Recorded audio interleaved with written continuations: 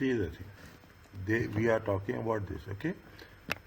This is most probably in the section A, okay? In the section A, 50 marks, okay? In the section A, 50 marks, it is almost 25 marks is dedicated on this. With an integration of different concepts. Okay, with the integration of different concepts as such. Is that investment appraisal? When we have talking about the investment appraisal, is that there are multiple ways. Okay, there are multiple ways. Whatever we are doing, is that we will say there are so many different ways. I told you, we have a NPV and we have, when we take in, this is the traditional methods, okay? This is the traditional methods. When we say traditional methods, and these are the discounted cash flow methods. Is that discounted DCF, okay? Discounted cash flow.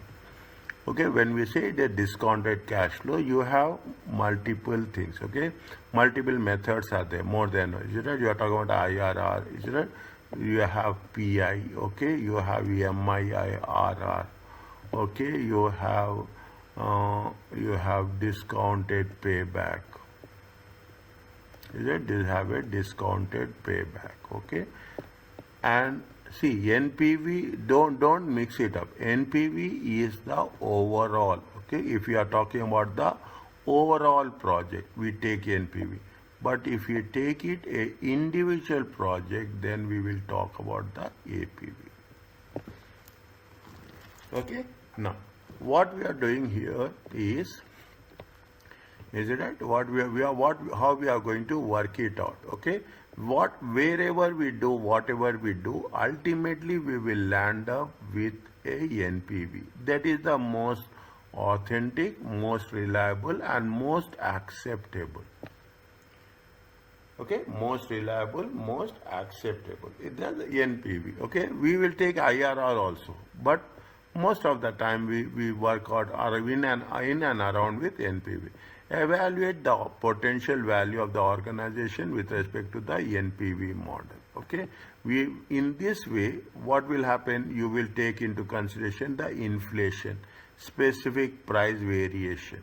You are also taking into consideration taxation, including tax allowable depreciation. I just mentioned somewhere, is that you will call it as a TAD. Is that you will have the capital rationing, okay? You have the capital rationing and project duration as a risk, okay? And this is the first part. Establishing a economic return, we'll say that it is a IRR, internal, where we are working with respect to the cost of capital and the expected returns. Is that where the NPV is going to be? NPV is going to be 0. Okay, NPV is going to be. We have another concept called as modified internal rate of return. Okay, we will take in the MIRR. Okay, we are talking in terms of MIRR. Okay, fine. Now, is it clear to you? Yeah. Okay. Now, when we take the things, is it? You see the things. What are the things? We will cover this. Okay. Investment, finance, dividends. Is that this is one integrated, a complete part of the solution. Okay. Complete part of the solution. Which projects we have to undertake, how much if the funds we have to raise, and how much we have to pay, and how much you have to retain. Okay, how much you have to repay. This chapter and the next 3 chapters cover this in detail. Is it? This they are talking about. Now what we are doing, we are talking about the key decisions. Is it? You have the, when we are working out the thing, we have a concept of say what are the 4 decisions of financial management?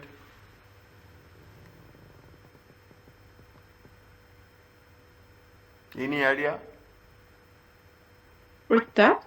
What are the 4 functions of financial management? 4 decisions. I don't. You have the investment decisions.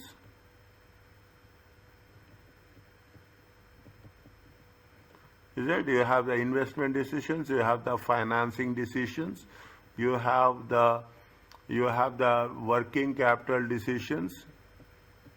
Okay, you have the working capital and you have the dividend decisions.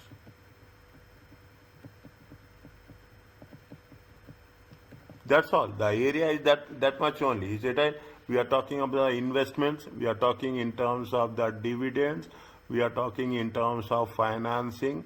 Okay, we are talking the amount of financing, and somewhere we will talk about the working capital also. Okay, working capital also. I will tell you this. As the sales will increase. Okay, as the sales will increase, the working capital requirement will also increases.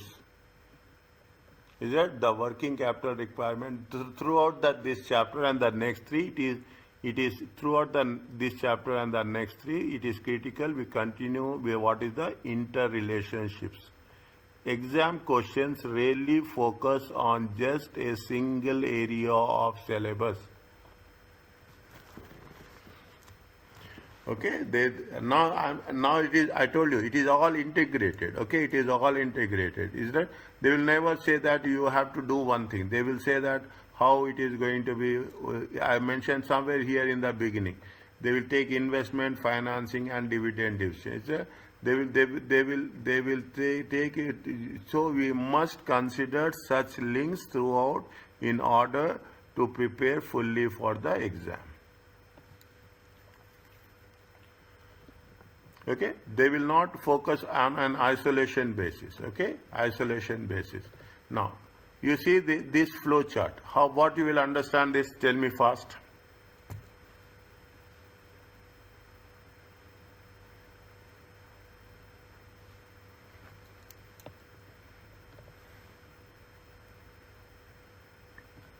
There is a concept of a FCF, okay, free cash flow. Okay, there is a concept of a free cash flow. Is that there? Here they have mentioned free cash flow. Is it right? How we have to evaluate, how you have to value the firm. Okay, how you have to value the firm. Is that there are two things are there? Is that divide this in a clear structure. Okay, divide this. We are talking about how you are going to avoid a free cash flow, investment, and most importantly the value of the firm. Okay, ultimately we will end up with what is the value of the firm with respect to the investment appraisal. Is that on the other side we are talking about the economic returns, IRR, modified returns, and multiple period capital rationing. Okay, now the things are more specific. Is it now how in the investment appraisal? Is right in the investment appraisal we have two things. One, either you will work it out on a basis of the free cash flow, or you can work it based on the economic returns. Most of the time, is it right? If you can give the weightage about the way it is going to be assessed, the assessment are more on inclined. There is no guarantee. Okay, there is a more positive way where we are talking in the concept of a free cash flow. Is that there are rules are there how we have to calculate the free cash flow and how it is going to, what are the things we have to add and what are the things we have to deduct. Okay, that is the concept with respect to fact. Now what they say, this is the, if we are talking about this, if you are coming across this, again I am saying this because if they say this means you have to be more focused. Cash is not retained and reinvested in the business is cash that is not retained and reinvested in the business is called as a free cash flow.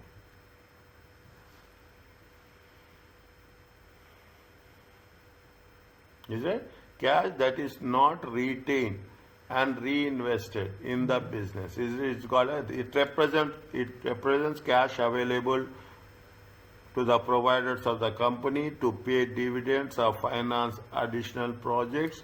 Is that? It is not retained or reinvested. Is that? To pay dividends or finance additional projects. Is that? Use of free cash flows. Very, very important concept. Core concept. I will not only say important concept, I will say it is a core concept. Okay, core.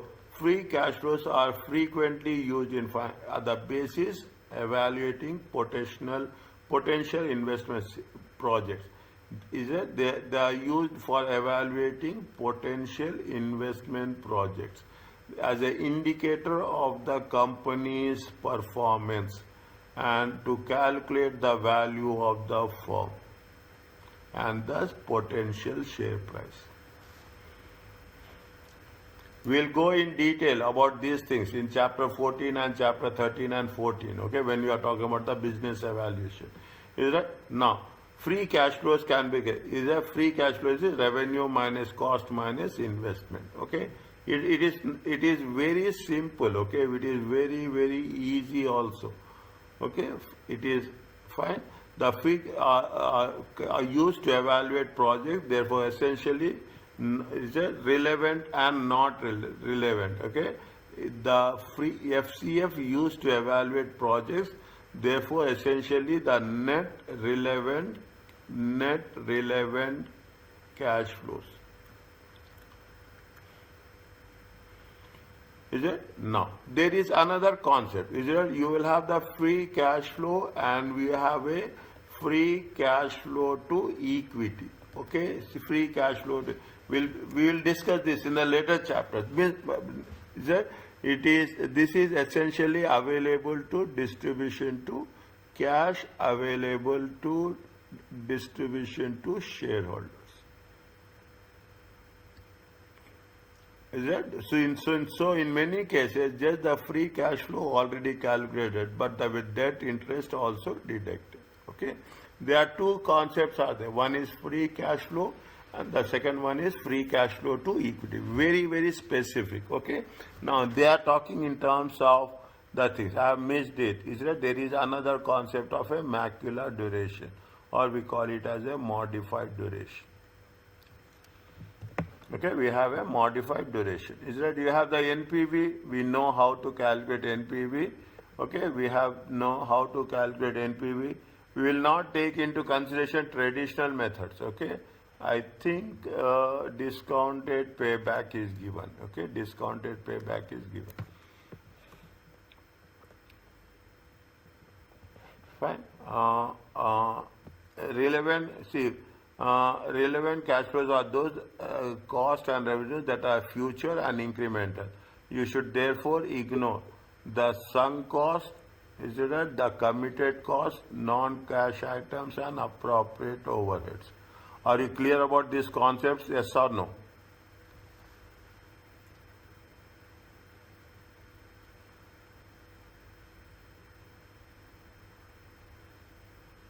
Not all of them. Okay, fine. Is that sunk cost is, see, I will not relate this, but what is happens is that you have a pre-operative, okay, you have a pre-operative and you have a post-operative. Okay, we have a pre-operative and post-operative. Sunk cost, there is no future prospects. Okay, there is no future positive prospects.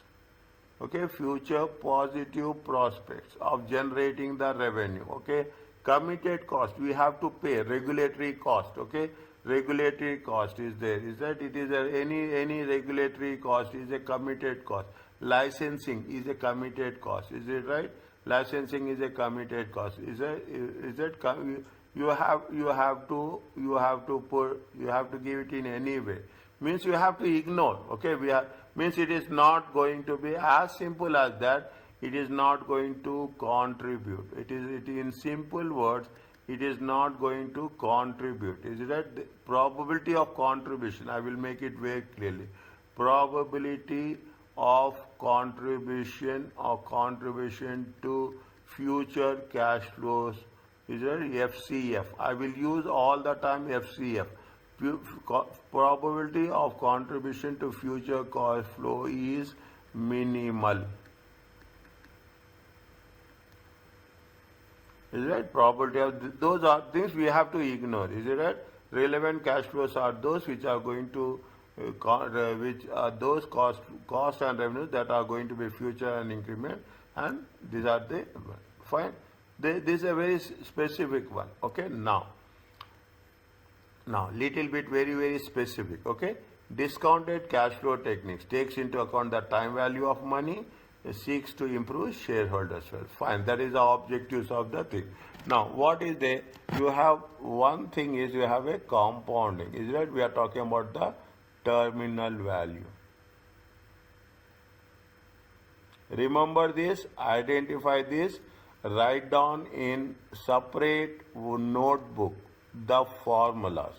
Okay, otherwise you take the printout of these things and you keep it ready with you. Okay, now compounding in terms of terminal value is cash flow 1 plus r to the power of n. Okay, don't keep this, remember this. Okay, discounting fine. Okay, present value of the single term CF divided, you have both the formulas. Okay, we will usually take this. Okay, we usually take this. Okay, perpetuity is C by R. Okay, present value of perpetuity is C by present value of annuity. We have this one. Okay, annuity factor, annuity into annuity factor. Is that we are not going to calculate annuity factor at all. We are going to give the reference of annuity factor. Is that wherever it is clear, we will cover these formulas. Okay, wherever now I'm not highlighting, we are not going to use it. With complete assurance, I'm telling you till the end of the syllabus. Okay, advanced annuities, ignore T value, add 1. See what will happen. What will happen? Is it right? When you are starting the project, is it right? The project will give returns from step 2. Okay, if you are doing a financial management, refer. I will share you the link. Please refer to those topics. It gives you a specific idea about annuities and perpetuities, advanced annuities. When we have to ignore the values, when we should not ignore the values. You have to add 1 to the annuity factor or the perpetuity factor. Simply, it will not start from the first year, it will start from the second year onwards. It will start from the 4th year onwards. Is that you are taking, how the things will work? You are taking a project. Is that very interesting? You are taking a project. Project will take almost 3 years to complete. Okay, project will take 3 years to complete. After 3 years, there will be the cash flow you are going to generate the cash flow. Okay, you are going to generate the cash flow. In that case, how we should treat and how you have to calculate the present value or annuity values of the cash flows as set. That is the reason they say add 1 to the annuity factor or the perpetuity factor. Delayed annuities, apply annuity factor as normal, discount back to T0. Okay. Wherever it is identified, I will give back the reference and I will work it out. That. Are you clear about this? Yeah. Okay. Are you understanding, getting the concept, yes or no? Yeah. Little. Okay. I know it is very too early. It is too early for me also to ask you the question. Now, fine, nothing will happen. Now, what will happen? There is a concept of inflation. Okay, there is a see, you are taking the projects. You are taking the T means time.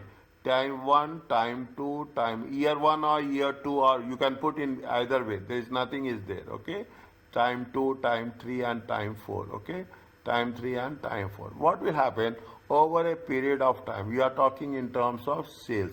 You are talking in terms of the expenses, okay, cost of sales.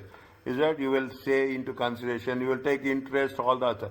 Why we are doing this? We are doing this to calculate the cash flows. In between, you will have the working capital also. Okay, you have the working capital also. You have working capital also. You have a tax allowable depreciation.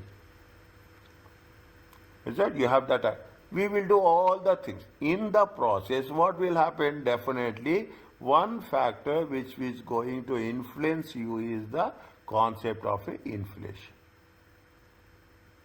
They will say, is it right? They will say inflation related to the sales is 5%. Inflation related to the cost of sales is 3%. They mention very clearly, okay, that there will be a inflation. They will say that yes, working capital, this much you have to take into consideration, okay. Only specifically with respect to sales and with respect to expenses, okay. That inflation, the treatment of inflation is introduced in the financial management. It is you know this, is it right? It is an increase in prices and decline in the real value of money. In times of inflation, real rate of the fund providers will require a return made of two elements. One is your real return and your additional return. Okay. Now, this is one of the formula which we will use it. Is it? We call it as a Fisher formula. Okay. We call it as a Fisher formula. Is it? One plus the real rate. One plus I is the nominal rate. It is equal to 1 plus R into 1 plus H. Okay. 1 plus H. This we will use interchangeably. Okay. And we will use it most of the times. In every question we will use it. Section A, I am telling you very clearly, in section A, which one we are using? This chapter and second chapter and next 3 chapters are only dedicated for section A. Okay, we will use this as and when we are. There are two types of, one is specific rate of inflation, one is general rate. Is that specific rate impact all the individual items? Each cash flow is affected by the specific rate. I told you when we are doing this, is that there is a separate inflation for the sales. There is a separate inflation for the cost of sales. Okay, there is a separate inflation for the cost of sales. In some cases, there will be separate inflation for operating expenses.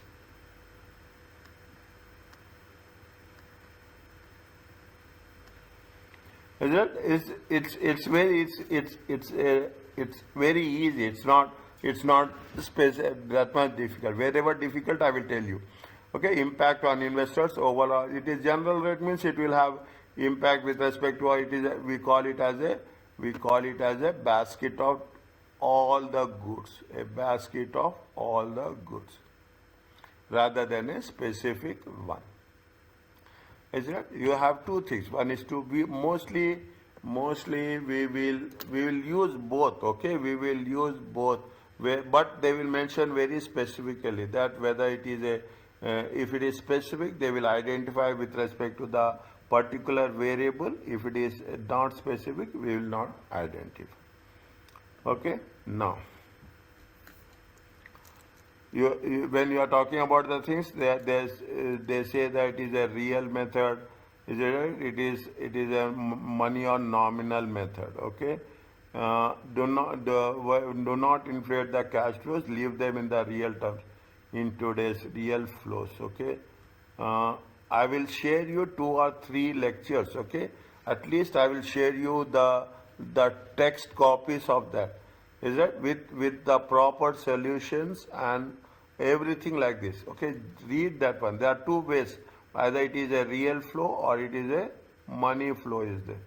Fine. Discount using the real or discount, fine. Real or fine. Be consistent. Is it? The real method can be used only if cash flows are inflating at a general rate. In questions involving specific inflation rates, taxation, or working capital, the money nominal rate is usually more reliable. I told you if you are talking about the specific rate, is that what is the specific rate for the taxation? What is the specific rate for the working capital? Okay, they will mention very specifically that this is the rate which has been related to the taxation policy and things. Fine. Now we will come. Can we complete this and we'll stop? Can we stop here, sir? Huh? Can we stop here? Because I have to do something. Okay, no problem. Okay, once we come back, we'll work out this solution and we will do the test to understand. Okay. Okay. And also I will review